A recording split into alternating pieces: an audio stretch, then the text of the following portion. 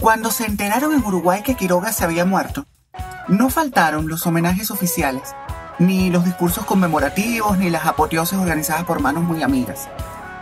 Pero la verdad es que esos homenajes y esa apoteosis y esa sincera amistad, no desmentida luego, hay que decirlo, eran incapaces de disimular el hecho de que Quiroga se había muerto solo. Culturizando presenta Pónganse a leer con Pedro Julio. Hola gente, esto es Pónganse a leer con Pedro Julio, un espacio de divulgación de lectura en el que nos encontramos para hacer apología de ese vicio maravilloso que nos une y nos consume a todos los que andamos por aquí, la lectura. Y lo que les acabo de referir forma parte del prólogo que Emir Rodríguez Monegal escribió para la edición de cuentos de Horacio Quiroga de la Biblioteca Ayacucho. Una edición preciosa, por cierto, y es una de las joyas de mi corona, una de las perlas de esa corona fantástica, uno de los tesoros de mi biblioteca, un regalo de mi mamá. Bueno, Horacio Quiroga es probablemente uno de los escritores más interesantes y más importantes y más influyentes de Sudamérica. Este hombre fue capaz de construir un universo que nos subyuga. Y digo nos porque yo no creo que sea el único que ha caído rendido a los pies de este caballero. Pero ese universo no está inspirado en una realidad paralela o fantasiosa. Ese universo está anclado en la realidad, en una cruda realidad. Esa realidad que, como el mismo prólogo dice, cuando la descubrió, Quiroga se sumergió en ella de manera paulatina y gozosa. Por eso Quiroga se convirtió en uno de los referentes del modernismo literario, que fue capaz de mudar de piel constantemente para poder narrar lo que observaba con un estilo muy peculiar. En Quiroga encontramos las características más significativas del modernismo.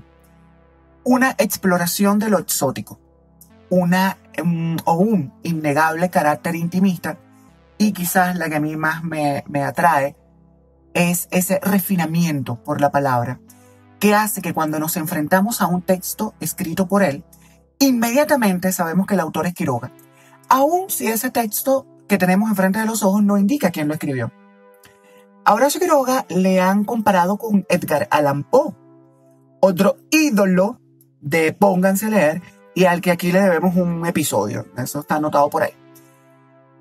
Porque este cuentista, dramaturgo y poeta uruguayo no solo fue un maestro del cuento, en este caso latinoamericano, sino que también todo lo que contó lo hizo bajo una mirada temible, lúgubre, espantosa, terrorífica, tremendamente formidable.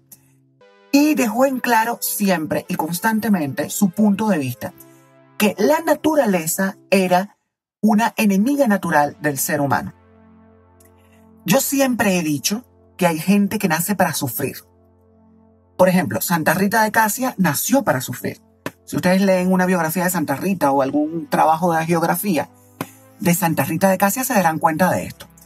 Frida Kahlo también nació para sufrir. O sea, esta mujer nació con el signo del sufrimiento grabado con fuego.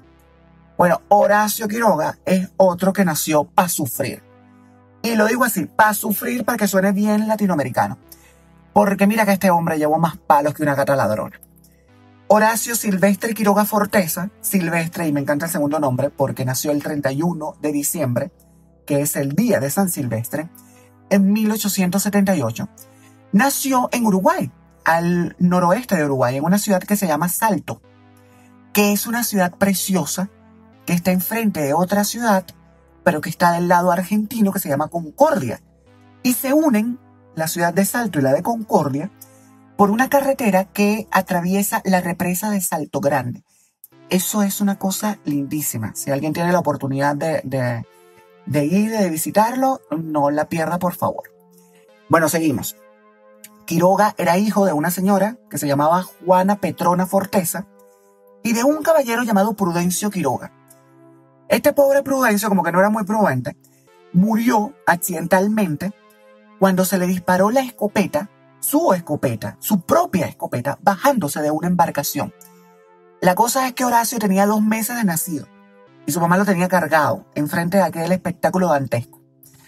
La señora Juana Petrona se casó nuevamente, pero en esta oportunidad con un señor llamado Ascensios Barcos. Pero esta señora era como una viuda negra, Dios me perdone, porque el padrastro de Quiroga quedó paralítico y mudo después que le dio un derrame cerebral.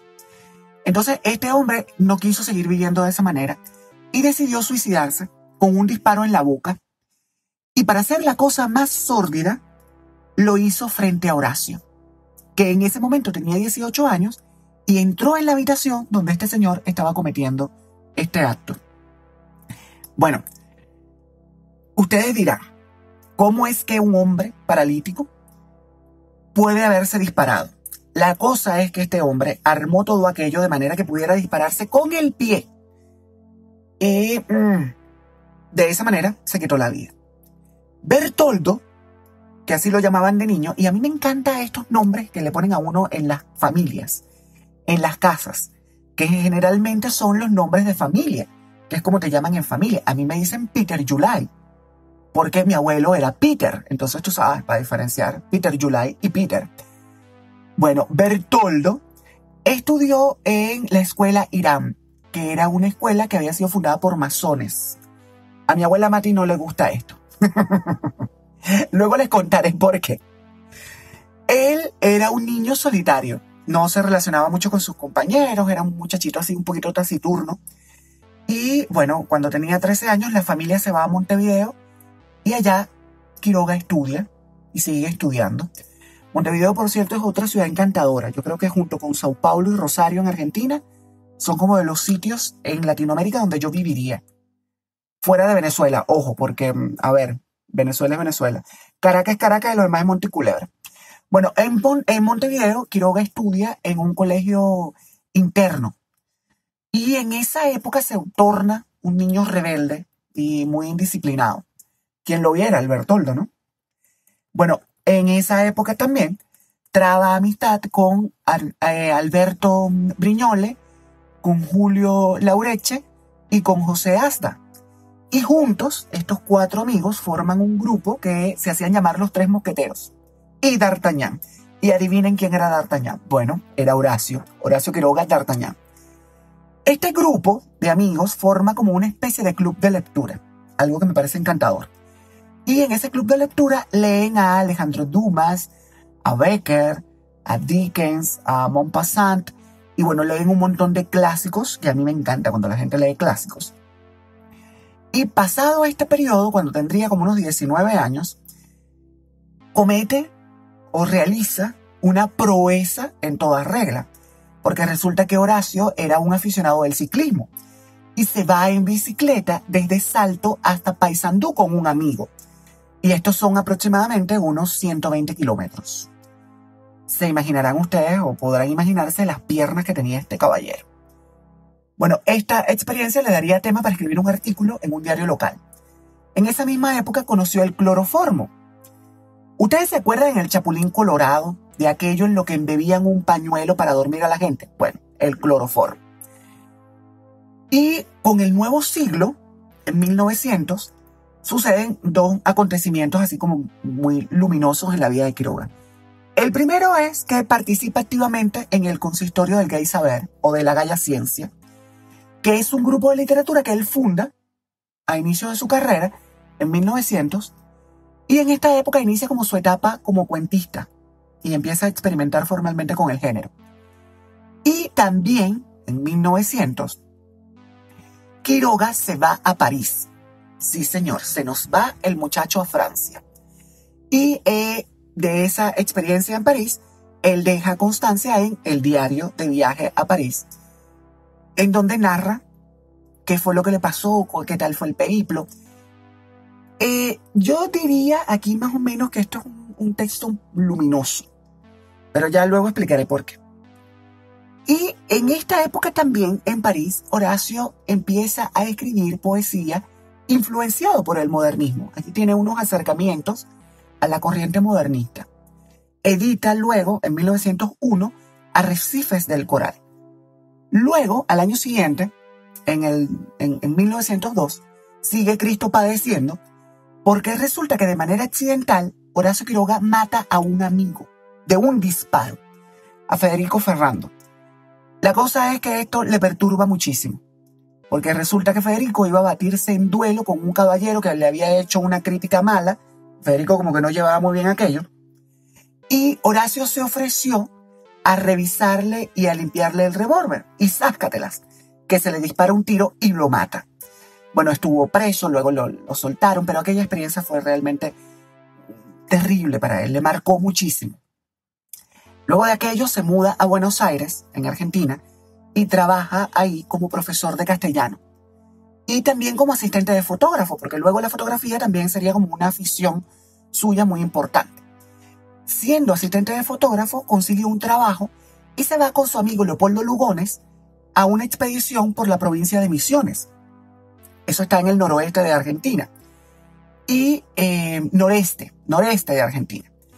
Y Quiroga quedó deslumbrado con esas tierras. ¿Y quién no? O sea, que aquello es maravilloso, eso es de una belleza superlativa.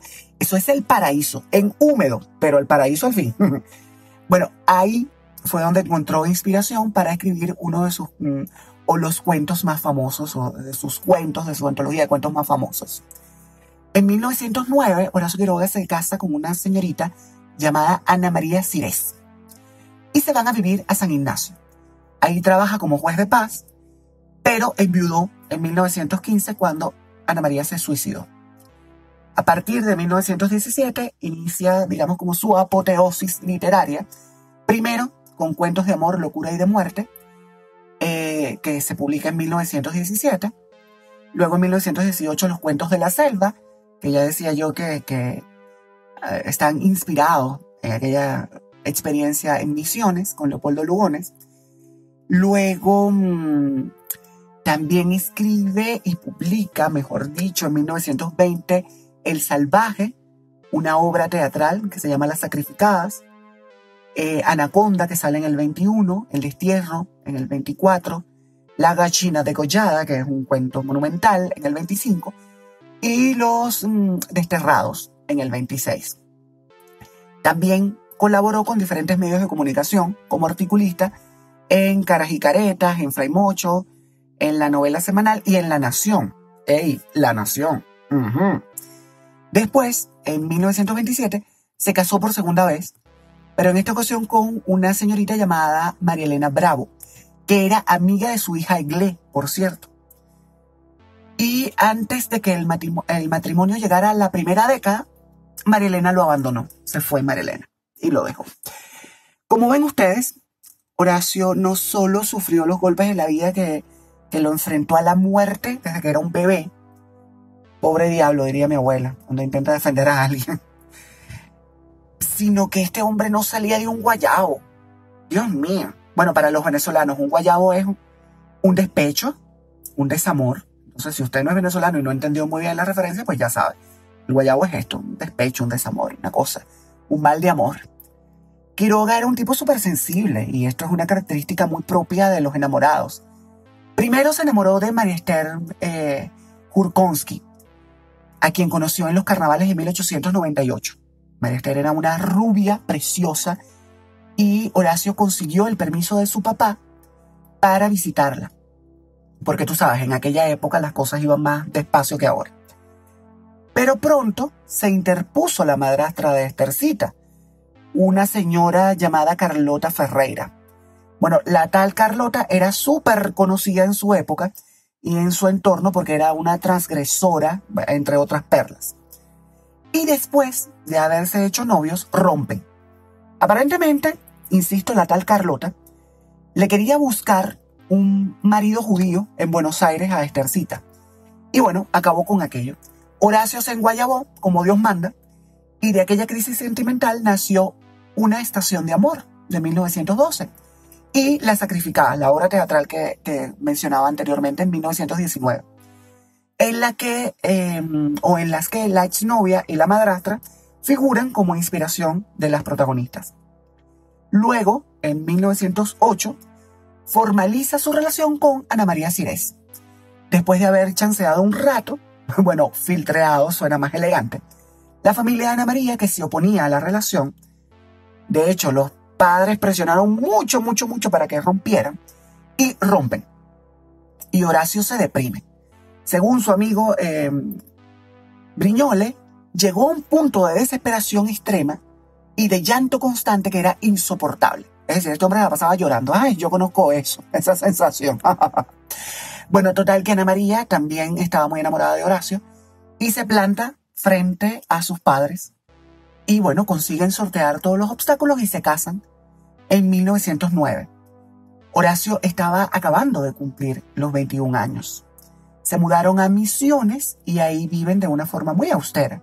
La vida es muy dura. Y en 1911 nace su hija Eglé. En 1912 nace luego su hijo Darío. Pero, a ver, Ana María esta vida no le gustaba para nada. Esto no era lo que ella quería. Y ella no pudo soportar la soledad y la lejanía. Y entonces intentó suicidarse, pero fracasó. Finalmente logró su cometido y se quitó la vida envenenándose con una dosis de biocloruro de mercurio. Y murió después de agonizar unos días. Debió haber sido terrible aquello. Bueno, eso impresionó tanto al autor que nunca mencionó nada de este hecho. O sea, Quiroga no dejó registro de nada, ni en cartas ni en diarios. Yo siento que el silencio a veces es como el mejor remedio para el dolor. Y él como que lo sabía también. En 1925 conoció a una muchacha llamada Ana María, también, como la difunta esposa. Pero los padres de esta nueva Ana María se opusieron férreamente al noviazgo y esta vez, mira, no lograron saltar esos obstáculos que en aquella oportunidad lo hicieron con la primera Ana María. Pero 2 años después, en el 27, conoció a María Elena Bravo, que ya les mencioné anteriormente que era amiga de su hija Eglé. Horacio le llevaba 30 años a María Elena. Y según dijo él, quedó subyugado con la belleza y el candor de la jovencita. Bueno, se casaron el mismo año, tuvieron una niña en el 28, que se llamaba como la mamá, María Elena, pero que él llamaba Pitoca. Me encanta, insisto, esto de los nombres de familia, Pitoca. Se instalaron en la selva y María Elena no se adaptó a esta nueva vida.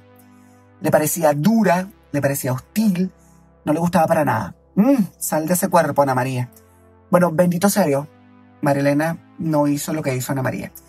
María Elena, que también era una muchachita y como que no tenía la madurez para entender un poquito aquello, pues no pudo contener que la relación se agriara. Y aquello no había manera de salvarlo. Y como diría la doctora y autora Nancy Álvarez, en ese maravilloso libro Nancy, ¿qué hago?, del que hablé en el último episodio de la primera temporada, la relación estaba condenada al fracaso. Eso no había manera de que se salvara. De manera que María Elena recogió sus cachachás y se fue junto con Eglé a Buenos Aires en 1936. Y no regresaría jamás. Nunca. Ahora, todas estas experiencias llevaron a Quiroga a cultivar una prosa que yo diría que es un tanto siniestra, ¿no? Cada desengaño, cada muerte, cada dolor se imprimió en su obra, que no es una obra solamente cuentística. Quiroga también trabajó el ensayo, los artículos, la poesía. Por ejemplo, tenemos el Diario de Viaje a París, que insistía yo antes en que era un texto luminoso, pero no por la luz que transmite, sino es luminoso por la luz que emana hacia la figura de Quiroga y que nos acerca a esa figura de Quiroga. Luego también cultivó la poesía, una poesía que es un poco oscura.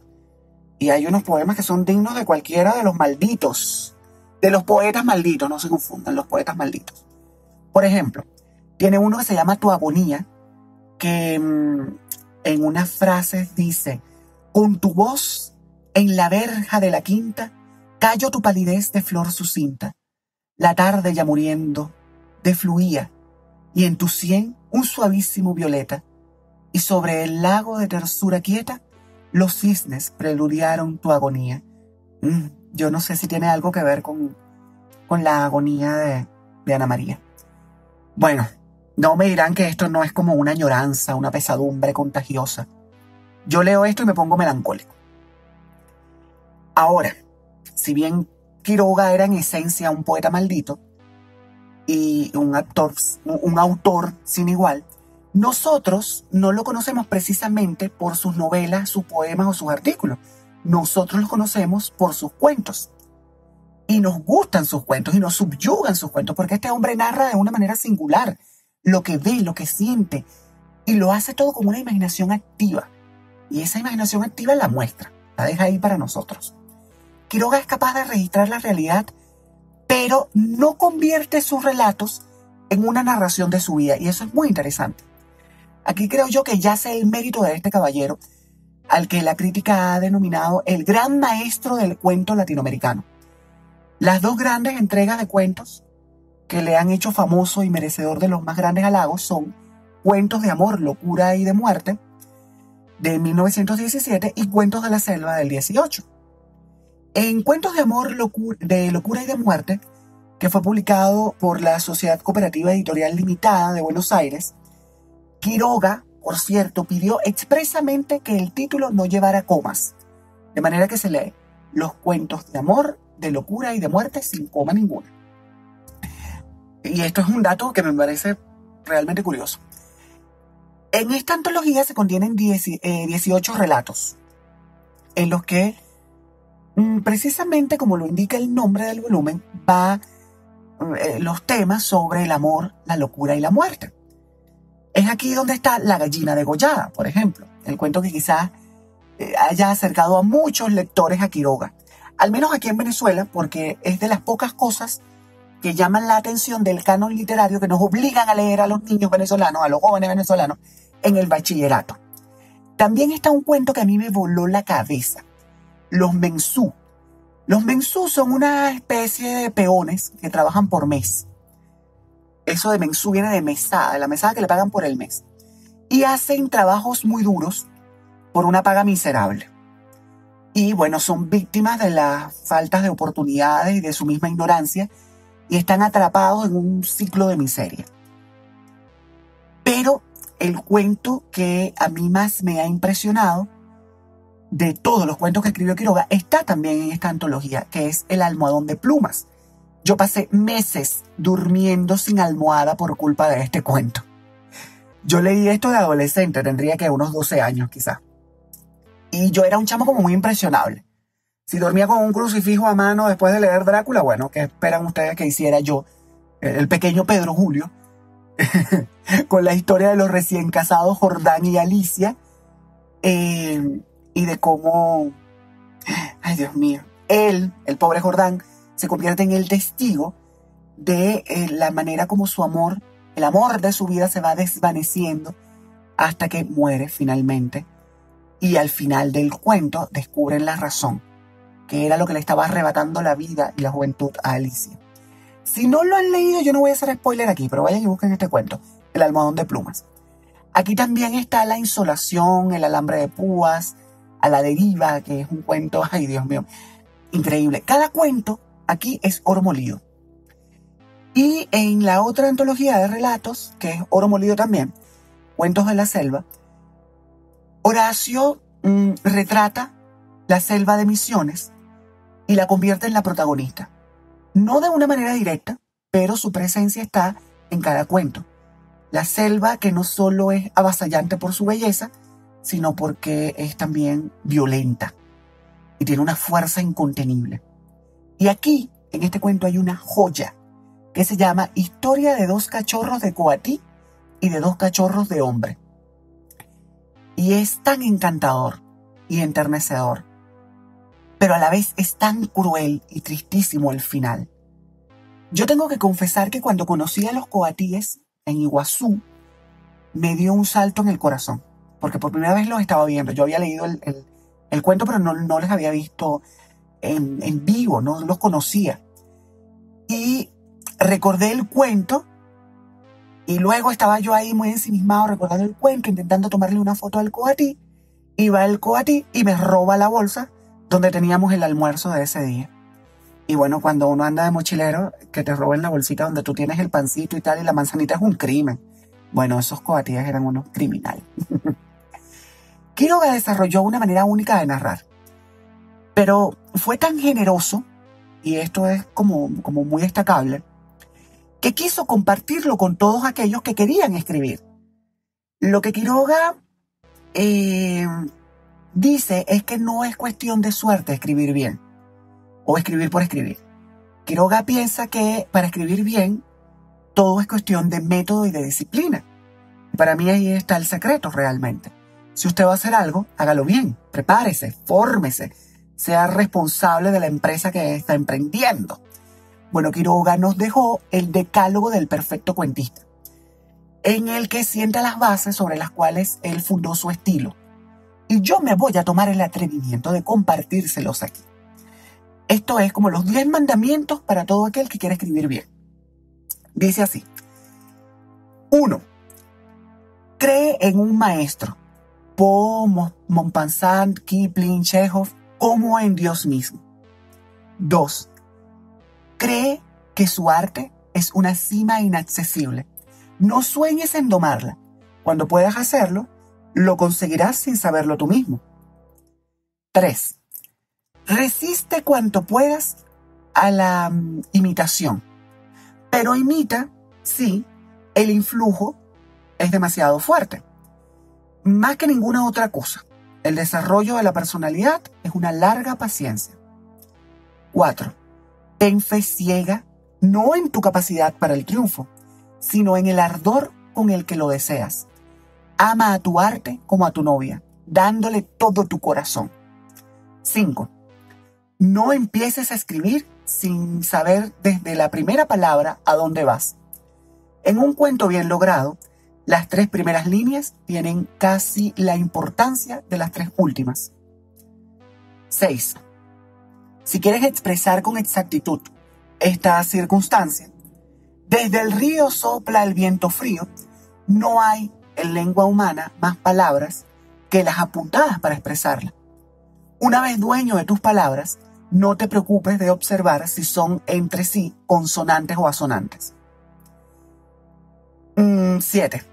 No adjetives sin necesidad. Inútiles serán cuantas colas de color adhieras a un sustantivo débil. Si hallas el que es el preciso, él solo tendrá el color incomparable. Pero hay que hallarlo primero. 8. Toma a tus personajes de la mano y llévalos firmemente hasta el final, sin ver otra cosa en el camino que le trazaste. No te distraigas viendo tú lo que ellos pueden o no les importa ver. No abuses del lector. Un cuento es una novela depurada de ripios. Ten esto como una verdad absoluta, aunque no lo sea. 9. No escribas bajo el imperio de la emoción. Déjala morir y evócala luego. Si eres capaz entonces de revivirla tal como fue, has hallado en el arte la mitad del camino. Y 10. No pienses en tus amigos al escribir, ni en la impresión que le hará tu historia. Cuenta como si tu relato no tuviera interés más que para el pequeño ambiente de tus personajes, de los que pudiste haber sido uno. No de otro modo se obtiene la vida del cuento. A mí me parece fenomenal esto. Yo creo que es importante que la gente que escribe le haga un repaso. Luego hay una escritora argentina que publicó una disertación en la que ella le hace contrapeso a este decálogo de Quiroga, y sería también como importante buscarla y leer un poco la opinión de esta escritora. Pocos autores han influenciado a tantas generaciones de lectores y de creadores como Horacio Quiroga, que con su singular estilo ha marcado un hito en la literatura, yo diría que universal. No se puede negar la influencia de Quiroga, que se deja sentir en la obra de autores como, por ejemplo, su amigo personal, Ezequiel Martínez Estrada, de quien, por cierto, yo he bebido de su libro El hermano Quiroga mucha información para este episodio. En ese libro del hermano Quiroga está la correspondencia entre Ezequiel Martínez Estrada y Horacio Quiroga. También está el gran Abelardo Castillo o Alberto Laiseca. Y de los actuales, bueno, ahí tienen a Mariana Enríquez, de la que yo siempre recomiendo Los peligros de fumar en la cama. Entre todos ellos y Quiroga podríamos trazar unas líneas de conexión. Hay mucha influencia. Juan Carlos Onetti, el célebre Onetti, el tipo que inspiró a Idea Vilarillo, uno de mis poemas favoritos, y Julio Cortázar, el autor Iba a decir mi cuento favorito, pero no sé si es mi cuento favorito. Uno de mis cuentos favoritos en el mundo, Amor 77. Elogiaron la importancia y la calidad del estilo y la técnica de la obra de Quiroga. Y esto es muy destacable y muy importante. Yo tengo mi cuento con Quiroga y lo dejé para el final. Lo dejé para el final porque uno siempre guarda para el final como que las mejores joyas. Resulta que cuando yo andaba de mochilero por Sudamérica, pasé por Puerto Iguazú, en la provincia de Misiones, en Argentina. Y yo fui ahí para vivir la experiencia de las cataratas de Iguazú. Primero del lado argentino y luego del lado brasileño, porque tú sabes que eso hay que verlo de ambas partes. La cuestión es que estando ahí, me enteré que, bueno, aquí está la casa donde vivió Quiroga, en Puerto Iguazú. Y evidentemente yo necesitaba ir a conocerla. Entonces me fui con mi primo Alejandro. Y cuando llegamos ese día no abrían porque era día de mantenimiento. Y literal yo me iba a poner a llorar. Yo me iba a poner a llorar ahí. Pero mi primo, que es un tipo encantador, hay que decirlo porque Alejandro es un tipo muy encantador, convenció a la señora de limpieza de la necesidad imperiosa que yo tenía de entrar a conocer esa casa. Porque nosotros al otro día nos íbamos a Brasil y ya no íbamos a volver a Argentina. Ya íbamos a Foz de Iguazú y luego íbamos a seguir subiendo y no íbamos a regresar. Entonces, la señora, de lo más simpática y de lo más amable, nos dejó entrar por un momento a la casa y dijo, bueno, mientras yo estoy limpiando aquí, ustedes pueden pasar y tal. Nos dio como un pequeño recorrido, pero ella siguió trabajando. Y en un descuido, un descuido de esta señora, yo me metí debajo de la cama de Quiroga. Debajo de la cama de Quiroga. Sabrá Dios por qué carajo me metí yo ahí, pero yo me metí debajo de la cama de Quiroga. Fue como una pulsión, un impulso que se apoderó de mí y me metí ahí. Bueno, la cara que puso Alejandro en ese momento yo no se la he vuelto a ver en mi vida. Fue increíble. Tampoco fue que yo sentí el espíritu de Horacio, de Ana María o de María Elena. No, nada de eso me invadió. Pero la verdad es que yo no me arrepiento porque me quedó un cuento buenísimo para toda la vida. Mucha gente habrá pasado por ahí, pero yo creo que nadie más se ha metido debajo de esa cama. Aquello fue increíble. Para ponerle la cereza al pastel, y para seguir aquí hablando de Quiroga, en 1936 Quiroga se va de viaje a Buenos Aires porque se sentía muy mal de salud y tenían que operarlo. Y entonces lo internan en el Hospital de Clínicas de la capital argentina. Ahí lo operaron a principios de 1937 y la recuperación fue muy lenta.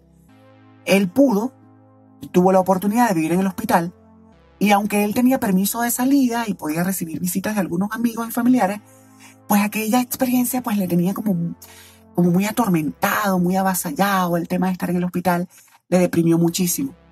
Quiroga tenía cáncer de próstata y el cáncer de Quiroga estaba muy avanzado, lo que lo convertía en un paciente intratable y también en un paciente inoperable. Y a pesar de la separación con María Elena volvió con Eglé para acompañarlo. Inconscientemente, Quiroga empezó a prepararse para la muerte. Quizás yo creo que siempre estuvo listo, porque siempre desde bebecito estuvo como muy vinculado a ese abismo que los seres humanos desconocemos y que se ha constituido en el gran tema de la filosofía. Y se aferró a su soledad. Ya decía yo al inicio que desde niño fue una persona solitaria. Sabe que lo que viene es mucho dolor. De manera que el 18 de febrero de 1937 se tomó un vaso de cianuro. Y al poco rato el veneno hizo efecto y después de unos horribles dolores, Horacio Quiroga se fue para siempre de la tierra a ocupar su puesto en el Olimpo de los grandes escritores. Él decidió acabar con su vida tras haber vivido rodeado de tragedias. Quiroga escribió: «Soy capaz de abrir un corazón para ver qué tiene dentro, a cambio de matarme sobre los restos de ese mismo corazón». El suicidio fue una constante en la familia Quiroga, porque luego sus dos hijos mayores también se suicidaron. Eglé se quitó la vida en 1938, al año siguiente, y Darío en 1952. Yo creo que es como el sino de la desgracia. Hay gente que nace para sufrir. Horacio Quiroga fue un cuentista que a lo largo de toda su vida se sintió muy atraído por escribir sobre la naturaleza y el amor, y el vínculo de la naturaleza y el amor con la tragedia. Perdió afectos a lo largo de su vida. Sus enamoramientos no tuvieron final feliz, sus cuentos tampoco. Fue un modernista invaluable, fue un tipo brillante, con una luz muy peculiar, eso también. Y yo creo que en este punto, gente, ya nos agarró el sereno. Y es momento de ir terminando este episodio, bendito sea Dios, a los que llegaron conmigo hasta el final. Yo me voy, pero lo hago con la esperanza de siempre, la que yo renuevo cada vez que ustedes me escuchan. La de haberles picado la curiosidad y que después de haberme escuchado, ustedes se van a ir todos corriendo a buscar la obra del gran Horacio Quiroga, que insisto, es uno de los mejores cuentistas de Latinoamérica. Y se van a devorar esa obra. Y con cada cuento van a sentir que se alimentan. Y que alimentan su alma con buena literatura. Cuéntenme qué les parece esta segunda temporada de Pónganse a Leer. Háganlo a través de las redes sociales de Culturizando, @Culturizando. O a través de las mías, @PedroCDNOA en Instagram y en Twitter. Si me escriben por privado en Instagram, yo respondo. No en el momento, porque yo, tú sabes, soy muy despistado y nunca respondo en el momento. Pero siempre respondo. Por cierto, que en estos días Gina Moreno me dijo que yo estaba bueno por una emergencia emocional. Ay, qué espanto, qué vergüenza. Me voy, gente, me voy como el manicero, aquella canción fenomenal. Me voy, pero antes les recuerdo la consigna. Ya la saben ustedes. Pónganse a leer. Culturizando presentó Pónganse a Leer con Pedro Julio. Una producción de culturizando.com.